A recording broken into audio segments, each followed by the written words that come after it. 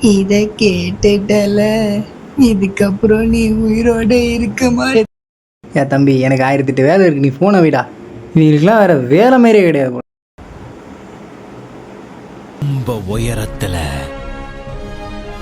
உயர்ந்த மலை உச்சிக்கு போங்கன்னு அவரே கை காட்டுறாரு.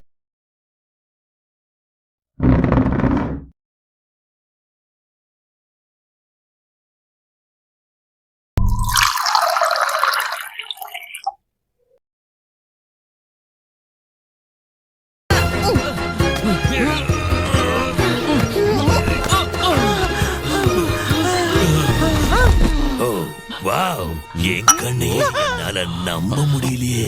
ஞானத்தின் குளம் இதுதான்.